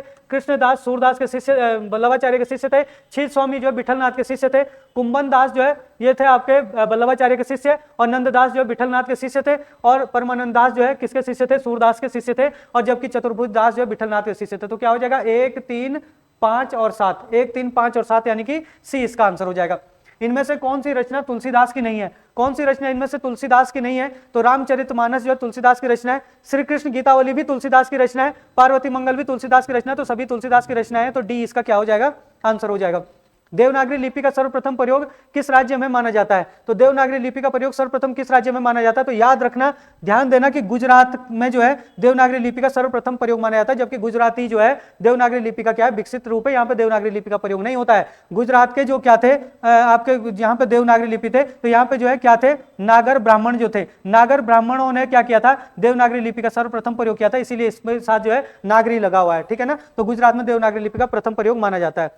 इनमें से कौन सा एक प्लूत स्वर है? तो प्लूत स्वर कौन सा होता है? ऐसे प्लूत स्वर जो दूर से पुकारने में जिनका प्रयोग किया जाता है। तो प्लूत स्वर कौन सा होता है? जिसमें 2 से अधिक, ऐसे स्वर जिनमें 2 से अधिक जो है ध्वनियां उत्पन्न होती है, 2 से अधिक मात्राओं का समय लगता है। तो देखो जैसे ओम है, तो ये ओम जो है, ओम में ओ और ओ के साथ जो है 3 लिखा, तो 3 मात्राओं का प्रयोग हुआ, तो यही प्लूत ध्वनि हो जाएगी, है ना। ओम नहीं होगा या ना ही ओम होगा, है ना, तो ये प्लूत ध्वनि ओम हो जाएगा। इसमें से किसने देवनागरी लिपि में ओ के 12 खड़ी का सुझाव दिया था? तो ओ के 12 खड़ी का जो सुझाव दिया था वो किसने दिया था भाई? ए में दिया कात्यायन, बी में दिया काका कालेकर, सी में दिया था सुनीत कुमार चटर्जी, और डी में दिया था जॉर्ज गिरेसेन। तो जो काका कालेकर है उन्होंने ओ के 12 खड़ी का प्रयोग किया था, ओ की 12 खड़ी का सुझाव दिया था, यानी कि ओ के साथ जो है 12 मात्राओं के प्रयोग का सुझाव दिया था, ताकि मतलब क्या हो जाएगा, यहाँ पे किसी को मतलब ए औ के ही साथ जो है सारी के सारी 12 के 12 मात्राएं लगा दो और सारी के सारी वर्णमाला में जो है मात्राओं का सारा झंझट खत्म हो जाए, है ना। चलो अगला क्वेश्चन है, इनमें से भाषा को सीखने के लिए कौन सा एक मनोवैज्ञानिक दृष्टिकोण नहीं है। भाषा को सीखने के लिए जो मनोवैज्ञानिक दृष्टिकोण है, देखो जिज्ञासा, जिज्ञासा मतलब क्या कहते हैं, सीखने की जो इच्छा होती है वो होनी चाहिए, तो जिज्ञासा भाषा को सीखने का मनोवैज्ञानिक दृष्टिकोण है। अनुकरण, अनुकरण मतलब कि अगर कोई आपको सिखा रहा तो उसको ध्यान से जो है समझना और सुनना, तो अनुकरण भी भाषा को सीखने का मनोवैज्ञानिक दृष्टिकोण है। अभ्यास मतलब प्रैक्टिस, प्रैक्टिस भी भाषा को सीखने का मनोवैज्ञानिक दृष्टिकोण है। गहन अध्ययन ये भाषा को सीखने का मनोवैज्ञानिक दृष्टिकोण नहीं है, तो डी इसका आंसर हो जाएगा। इनमें से कौन सी भाषा है जो व्याकरण के नियमों से सुसज्जित है या भाषा का सबसे शुद्धतम रूप होता है। तो भाई देखो, वैसे भाषा का सबसे शुद्धतम रूप तो सारी की सारी भाषाएं हो सकती है, लेकिन जो सबसे शुद्धतम रूप किसी भी भाषा का माना जाता है वो क्या माना जाता है, मानक भाषा। किसी भी भाषा में जिसमें व्याकरण के नियमों से जो सुसज्जित भाषा होती है उसको ही मानक भाषा कहा जाता है। अब मानक भाषा को साधु भाषा भी कहते हैं। क्या, मानक भाषा को साधु भाषा भी कहा जाता है और यही भाषा का सबसे शुद्धतम रूप होता है। तो क्वेश्चन नंबर 82 है, क्रियोल हिंदी का विकास कहाँ हुआ है। तो भाई सबसे पहले आप लोग ध्यान देना कि ये क्रियोल हिंदी क्या है। क्रियोल का मतलब होता है कि जब 2-3 भाषाओं को मिलाकर एक भाषा बनती है तो उसको क्रियोल कहते हैं, ठीक है ना। तो क्रियोल हिंदी क्या हो जाएगा, क्रियोल हिंदी में एक तो आपकी हिंदी भाषा हो गई, है ना, एक हिंदी भाषा हो गई, एक आपकी बंगाली भाषा है, और बंगाली भाषा के अलावा जो है एक मलयालम भाषा है, मलयालम भाषा। मलयालम भाषा कहाँ चलती है, केरल में चलती है, बंगाली भाषा बंगाल में चलती है, और हिंदी उत्तरी भारत में चलती है। तो इन तीनों को मिलाकर क्या बनती है, क्रियोल हिंदी बनती है। और जो क्रियोल हिंदी का विकास हुआ वो अंडमान निकोबार द्वीप समूह में हुआ है, ठीक है। तो सी आंसर हो जाएगा। अगला क्वेश्चन है, सही मिलान कीजिए। तो सही मिलान करना है यहाँ पे, तो ये आप लोग देखना कि यहाँ पे ये दिया हो कि जैसा आपका हिंदी भाषा का विकास होता है, तो हिंदी भाषा के विकास में सबसे पहले संस्कृत आती है, फिर लौकिक संस्कृत आती है, फिर पाली आती है और फिर प्राकृत आती है। तो उस हिंदी के विकास के क्रम में जो है किस टाइम पीरियड में जो है किसका विकास हुआ है, तो सीधी सी बात है, सबसे पहले वैदिक संस्कृत दे रखा है, तो वैदिक संस्कृत में जो है उपनिषद का विकास हुआ। उपनिषद का जो विकास हुआ है वो किस में हुआ है, वैदिक संस्कृत में हुआ है। अगर हम लौकिक संस्कृत की बात करें तो लौकिक संस्कृत में रामायण और महाभारत का विकास हुआ है, और आपकी जैसे वैदिक संस्कृत इसमें वेदों का विकास हुआ, उपनिषद है, पुराण है, इनका विकास जो है इनकी रचना जो है वैदिक संस्कृत में हुई है, और लौकिक संस्कृत में रामायण और महाभारत की रचना हुई है। पाली की बात करें तो पाली में जो त्रिपिटक है, बौद्ध धर्म का पवित्र ग्रंथ है त्रिपिटक, जो मतलब क्या कहते हैं, अभिधम धम्म क्या कहते हैं, जो आपके 3 भागों में विभक्त है ना, आपका सूत पिटक, विनय पिटक और अभिधम पिटक है ना, वो आपका त्रिपिटक बौद्ध धर्म का पवित्र ग्रंथ है, इसकी रचना पाली भाषा में हुई है। और प्राकृत भाषा में अशोक के जो शिलालेख है वो प्राकृत भाषा में लिखे गए हैं। तो क्या हो जाएगा, पहले का पहला, दूसरे का दूसरा, तीसरे का तीसरा, चौथे का चौथा, तो बी इसका क्या हो जाएगा, आंसर हो जाएगा। चलो अगला क्वेश्चन है, इनमें से किसकी रचना लौकिक संस्कृत में नहीं हुई है। अगर हम लौकिक संस्कृत में बात करें तो रामायण की रचना लौकिक संस्कृत में हुई है, महाभारत की रचना भी लौकिक संस्कृत में हुई है, जबकि पुराणों की रचना किस में हुई है, पुराणों की रचना हुई है वैदिक संस्कृत में। किस में हुई है, वैदिक संस्कृत में। तो सी इसका आंसर हो जाएगा। अगला क्वेश्चन है, किसे अपभ्रंश का वाल्मीकि कहा जाता है। तो किसे अपभ्रंश का वाल्मीकि कहा जाता है, तो अपभ्रंश के जो सबसे फेमस कवि थे वो थे स्वयंभू, और स्वयंभू को ही क्या कहा जाता है, अपभ्रंश का वाल्मीकि। जैसे परमचर्यु, राम की कथा, राम की कहानी के ऊपर जो है जैसे रामायण है, उसी तरीके से परमचर्यु लिखी गई है, तो स्वयंभू की है, और अपभ्रंश के सबसे फेमस कवि थे, इसलिए इसे अपभ्रंश का वाल्मीकि कहा जाता है। अगला क्वेश्चन है यहाँ पे 86 क्वेश्चन है, इनमें से भारतीय आर्य भाषा परिवार के लिए कौन सी समय अवधि सही नहीं है। देखो अगर हम देखें तो वैदिक संस्कृत का विकास सबसे पहले होता है, और वैदिक संस्कृत की जो समय अवधि है वो 1500 ईसा पूर्व से 800 ईसा पूर्व मानी जाती है अधिकतर विद्वानों के अनुसार, तो ये बिल्कुल एकदम सही है। फिर उसके बाद लौकिक संस्कृत आती है, लौकिक संस्कृत का जो विकास हुआ वो 800 ईसा पूर्व से लेकर और 500 ईसा पूर्व तक माना जाता है, तो ये भी आपका बिल्कुल एकदम सही है। अगर हम पाली और प्राकृत की बात करें तो पाली और प्राकृत का जो विकास हुआ है भाई वो किसके बाद हुआ है, लौकिक संस्कृत के बाद हुआ है, और इसका जो विकास हुआ वो 500 ईसा पूर्व से 500 ईस्वी तक माना जाता है, किसका, पाली और प्राकृत का। और अगर हम अपभ्रंश की बात करें तो अपभ्रंश का जो विकास हुआ है वो 500 ईस्वी से हुआ है, 500 ईस्वी से हुआ, ईसा पूर्व से नहीं हुआ, 500 ईस्वी से लेकर और 1000 ईस्वी के बीच में अपभ्रंश का विकास हुआ है। तो सी भी सही है और डी भी सही है, दोनों के दोनों इनमें से मतलब आंसर आपका सी और डी हो जाएगा, क्योंकि ए और बी तो सही है लेकिन सी भी गलत है और डी भी गलत है, तो हमने जो सही समय अवधि नहीं है उसको छांटना था, तो सी और डी दोनों ही आंसर हो जाएंगे। ठीक है, चलो अगला क्वेश्चन है, मिलान करने वाला क्वेश्चन आगे फिर से, इनमें से हिंदी के विकास के लिए सही मिलान कीजिए। हिंदी के विकास के लिए सही मिलान कीजिए। जो सौर सैनी अपभ्रंश है, सौर सैनी अपभ्रंश से किसका विकास हुआ है भाई, राजस्थानी हिंदी का विकास हुआ है और पश्चिमी हिंदी का विकास हुआ है सौर सैनी अपभ्रंश से। अर्धमागधी अपभ्रंश से बात करें तो अर्धमागधी अपभ्रंश से पूर्वी हिंदी का विकास हुआ है, पूर्वी हिंदी का विकास अपभ्रंश अर्धमागधी अपभ्रंश से हुआ है। और अगर हम मागधी अपभ्रंश की बात करें तो मागधी अपभ्रंश से जो है बिहारी हिंदी का विकास हुआ है। तो आपका क्या हो जाएगा, पहले का दूसरा और दूसरे का पहला, और तीसरे का तीसरा, तो डी इसका क्या हो जाएगा, आंसर हो जाएगा।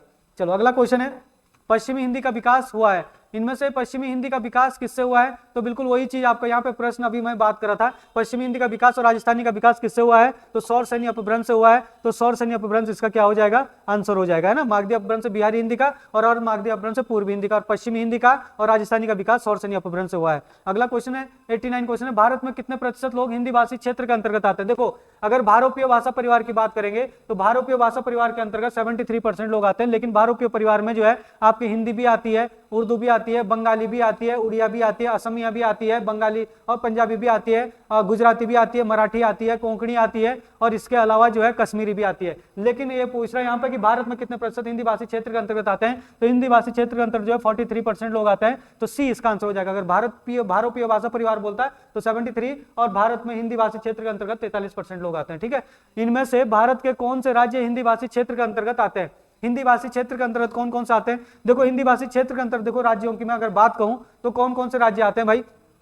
9 राज्य आते हैं और एक केंद्र शासित प्रदेश क्या आता है आपका? दिल्ली आता है। तो दिल्ली एक तो मतलब चलो हमारा क्या हो गया, दिल्ली हो गया, और 9 केंद्र शासित 9 और प्रदेश कौन से आते हैं आपके? जैसे हिमाचल प्रदेश हो गया, आपका उत्तराखंड हो गया, आपका यूपी हो गया, यूपी के अलावा इधर जाओगे आप लोग तो राजस्थान हो गया, क्या हो गया, राजस्थान हो गया, हरियाणा हो गया, हरियाणा के अलावा जो है आपका इधर मध्य प्रदेश हो गया, मध्य प्रदेश के अलावा छत्तीसगढ़ हो गया, है ना, छत्तीसगढ़ के अलावा जो है क्या हो गया आपका झारखंड हो गया, झारखंड के अलावा क्या हो गया आपका बिहार हो गया। तो 1 2 3 4 5 6 7 8 9 और 10वां हो गया दिल्ली। तो ये हिंदी भाषी क्षेत्र के अंतर्गत आते हैं। तो यहाँ पे हिंदी मुख्य रूप से बोली जाती है। तो झारखंड बिल्कुल एकदम सही है, बिहार भी एकदम सही है, महाराष्ट्र हिंदी भाषी क्षेत्र के अंतर्गत नहीं आता, यहाँ पे मराठी बोली जाती है, और राजस्थान भी हिंदी भाषी क्षेत्र के अंतर्गत आता है। तो पहला, दूसरा और चौथा आंसर हो जाएगा। तो पहला, दूसरा और चौथा मतलब सी आपका क्या हो जाएगा, आंसर हो जाएगा। अगला, इनमें से कौन सा कथन निश्चित रूप से सत्य है?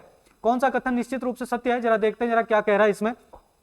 भारत में हिंदी की कुल 5 उपभाषाएं हैं। बिल्कुल एकदम सही कहा है कि भारत में हिंदी की कुछ 5 उपभाषाएं हैं। एक आपकी क्या हो जाती है, पहाड़ी हिंदी हो जाती है, दूसरी आपकी क्या हो जाती है, राजस्थानी हिंदी हो जाती है, क्या राजस्थानी हिंदी हो जाती है, तीसरी आपकी पश्चिमी हिंदी हो जाएगी, है ना, चौथी आपकी क्या हो जाएगी, पूर्वी हिंदी हो जाएगी, और 5वीं हो जाएगी आपकी क्या, बिहारी हिंदी। तो ये 5 जो हिंदी की भारत में उपभाषाएं हैं। तो पहला वाला बिल्कुल एकदम सही है। दूसरा, भारत में हिंदी की कुल 18 बोलियां आती है, बिल्कुल एकदम सही है, भारत में हिंदी की कुल 18 बोलियां आती है, वो भी मैं बता देता हूँ। पहाड़ी हिंदी के अंतर्गत 3 आएगी, पूर्वी पहाड़ी, मध्यवर्ती पहाड़ी और पश्चिमी पहाड़ी। राजस्थानी हिंदी के अंतर्गत जो है 4 आती है ना, पूर्वी पहाड़ी में जयपुरी जिसको ढूंढाड़ी भी बोलते हैं, पश्चिमी पहाड़ी में जयपुरी आएगी जिसको हम पूर्वी पहाड़ी में आएगी जयपुरी जिसको हम क्या बोलते हैं, ढूंढाड़ी बोलते हैं। दक्षिणी पहाड़ी में मेवाड़ी क्या कहते हैं, दक्षिणी पहाड़ी में आपकी मालवी आएगी, और पश्चिमी पहाड़ी में आपकी मारवाड़ी आएगी, और उत्तरी पहाड़ी में मेवाती आएगी, है ना। तो ये 4 आपकी राजस्थान, क्योंकि पश्चिमी पहाड़ी के अंतर्गत जो है 5 बोलियां आती है।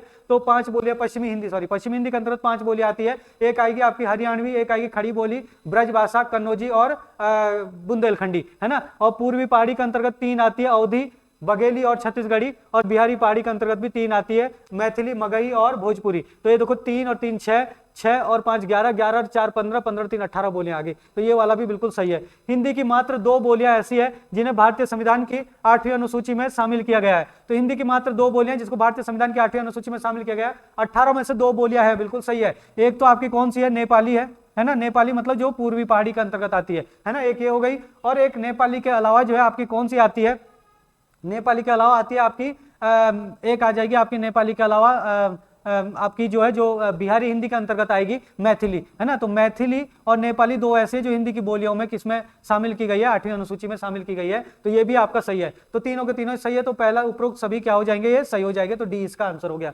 92 क्वेश्चन है, इनमें से कौन सी हिंदी की एक उपभाषा है? हिंदी की एक उपभाषा है, देखो ब्रजभाषा हिंदी की उपभाषा नहीं है बल्कि क्या है, बोली है। खड़ी बोली भी हिंदी की उपभाषा नहीं है, ये भी बोली है। और राजस्थानी हिंदी की क्या है, एक उपभाषा है जो हमने यहाँ पे भी लिखी है। राजस्थानी उपभाषा है और खड़ी बोली और ब्रजभाषा क्या है, बोलियां है। ठीक है, चलो अगला क्वेश्चन है यहाँ पे, इनमें से कौन सा राज्य हिंदी भाषी क्षेत्र के अंतर्गत नहीं आता है? तो देखो अभी हम थोड़ी देर पहले ऊपर जिक्र भी कर रहे थे, झारखंड हिंदी भाषी क्षेत्र के अंतर्गत आता है, छत्तीसगढ़ भी हिंदी भाषी क्षेत्र के अंतर्गत आता है, बिहार भी हिंदी भाषी क्षेत्र के अंतर्गत आता है, लेकिन पश्चिम बंगाल नहीं आता। तो पश्चिम बंगाल हिंदी भाषी क्षेत्र के अंतर्गत नहीं आता। तो यही आपका आंसर हो जाएगा। चलो अगला क्वेश्चन है 94, इनमें से कौन सा केंद्र शासित प्रदेश हिंदी भाषी क्षेत्र के अंतर्गत आता है? देखो चंडीगढ़ हिंदी भाषा क्षेत्र के अंतर्गत नहीं आता, है ना। दिल्ली आता है हिंदी भाषी क्षेत्र के अंतर्गत, लक्षद्वीप नहीं आएगा, और इनमें से कोई नहीं है। तो क्या हो जाएगा इसका आंसर, दिल्ली हो जाएगा। अगला क्वेश्चन है मुख्य रूप से बिहारी हिंदी के अंतर्गत कितनी बोलियां आती है। तो बिहारी हिंदी के अंतर्गत कितनी बोलियां आती है, 3 बोलियां आती है, जिसका हम अभी जिक्र कर रहे थे। एक आएगी आपकी कौन सी, मैथिली आ जाएगी, मगही आ जाएगी, और कौन सी आ जाएगी आपकी भोजपुरी, है ना। कौन कौन सी आ जाएगी, भोजपुरी, मैथिली और मगही। भोजपुरी, मैथिली और मगही। भोजपुरी पश्चिमी बिहारी के अंतर्गत आती है, भोजपुरी किसके अंतर्गत आएगी, पश्चिमी बिहारी के अंतर्गत आती है, और मैथिली और मगही पूर्वी बिहारी के अंतर्गत आती है। ठीक है, इसमें भी बांटा गया कि पूर्वी बिहारी और पश्चिमी बिहारी। तो पश्चिमी बिहारी भोजपुरी और पूर्वी बिहारी मैथिली और मगही। मैथिली नेपाल से लगे हुए क्षेत्र में आते हैं, जहां पे सीता मैया का जन्म हुआ था, इसलिए सीता मैया को मिथिलेश कुमारी भी बोलते हैं ना। मुख्य रूप से पूर्वी हिंदी के अंतर्गत कितनी बोलियां आती है। तो पूर्वी हिंदी के अंतर्गत कितनी बोलियां आती है, तो पूर्वी हिंदी के अंतर्गत आती है भाई 3 बोलियां। तो पूर्वी हिंदी के अंतर्गत भी 3 बोलियां आएगी। और पूर्वी हिंदी के अंतर्गत 3 बोलियां कौन कौन सी आती है, पूर्वी हिंदी के अंतर्गत आएगी आपकी कौन सी, अवधी, है ना, अवधी आएगी, बघेली आएगी, अवधी, बघेली और छत्तीसगढ़ी। कौन सी, छत्तीसगढ़ी, जिसमें अवधी भाषा वही भाषा जिसमें तुलसीदास ने रामचरितमानस लिखी थी। तो इसका आंसर हो जाएगा ए 3, है ना, पूर्वी हिंदी के अंतर्गत। मुख्य रूप से पश्चिमी हिंदी के अंतर्गत कितनी बोलियां आती है, तो पश्चिमी हिंदी के अंतर्गत आती है भाई कितनी बोलियां, 5 बोलियां आती है। कौन कौन सी आएगी, एक आएगी आपकी पश्चिमी हिंदी के अंतर्गत हरियाणवी, है ना, एक आएगी आपके पास खड़ी बोली, है ना, एक आएगी आपके पास ब्रजभाषा, ब्रजभाषा, और एक आपके पास इसके अलावा क्या आ जाएगी, ब्रजभाषा के अलावा बुंदेली आएगी, बुंदेली, और एक आ जाएगी आपके पास कौन, कन्नौजी। ठीक है ना, एक आ जाएगी आपके पास कौन, कन्नौजी। अगला क्वेश्चन है मुख्य रूप से राजस्थानी हिंदी के अंतर्गत कितनी बोलियां आती है। तो राजस्थानी हिंदी के अंतर्गत कितनी बोलियां बताई हमने, अभी 4 बोलियां बताई है। कौन कौन सी बताई है, देखो अगर आप देखोगे क्या कहते हैं पूर्वी राजस्थानी के अंतर्गत, पूर्वी राजस्थानी के अंतर्गत हमने कहा था जयपुरी, जयपुरी को ढूंढाड़ी भी बोलता है। दूसरा आएगा दक्षिणी राजस्थानी, दक्षिणी राजस्थानी के अंतर्गत कौन सी आएगी, दक्षिणी राजस्थानी के अंतर्गत आएगी मालवी, है ना। तीसरी आएगी आपकी कौन सी, पश्चिमी राजस्थानी, पश्चिमी राजस्थानी के अंतर्गत आएगी आपकी मारवाड़ी, मारवाड़ी, है ना। और तीसरी आएगी आपकी उत्तरी राजस्थानी, उत्तरी राजस्थानी के अंतर्गत आएगी मेवाती। तो राजस्थानी हिंदी के अंतर्गत कितनी बोलियां आती है, 4 बोलियां आती है। इनमें से कौन सी बोली पश्चिमी हिंदी के अंतर्गत आती है, तो पश्चिमी हिंदी के अंतर्गत जो है कौन कौन सी आएगी, देखो जौनसारी पश्चिमी हिंदी के अंतर्गत नहीं आएगी, पश्चिमी पहाड़ी हिंदी के अंतर्गत, पहाड़ी के अंतर्गत आएगी। बघेली जो है किसके अंतर्गत आती है, पूर्वी हिंदी के अंतर्गत आती है। और बुंदेली पश्चिमी हिंदी के अंतर्गत आएगी। हम अभी बात भी कर रहे थे कि जो बुंदेली हो किसके अंतर्गत आएगी, पश्चिमी हिंदी के अंतर्गत। तो बी इसका आंसर हो जाएगा। लास्ट क्वेश्चन है, इनमें से कौन सी राजस्थानी हिंदी की बोली नहीं है। राजस्थानी हिंदी की बोली नहीं है, जयपुरी राजस्थानी हिंदी की बोली है, मारवाड़ी भी राजस्थानी हिंदी की बोली है, मेवाती राजस्थानी हिंदी की बोली है, लेकिन कन्नौजी राजस्थानी हिंदी की बोली नहीं है। कन्नौजी किस हिंदी के अंतर्गत आएगी, तो ये आएगी आपकी पश्चिमी हिंदी के अंतर्गत। कन्नौजी किस हिंदी के अंतर्गत आएगी, पश्चिमी हिंदी के अंतर्गत आएगी। तो ये थे हिंदी के 100 क्वेश्चन। तो आज के लिए इतना ही। जय हिंद, जय भारत, जय उत्तराखंड।